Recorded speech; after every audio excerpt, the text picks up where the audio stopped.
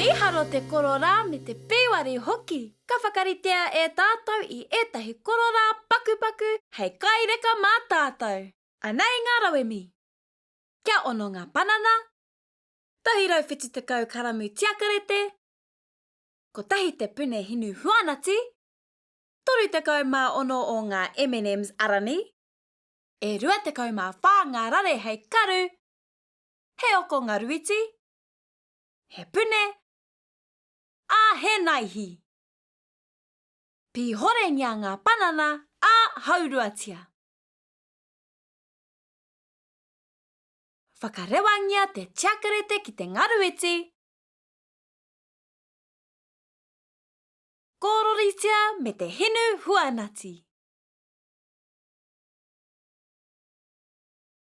Tautau ngia ngā wāhanga panana ki te tiakarete whakarewa.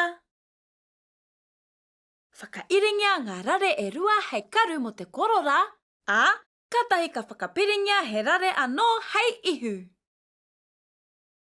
Tautau ngia te tau o te panana ki te tiakarete, whakapiringia ngā rare e rua hei waiwai.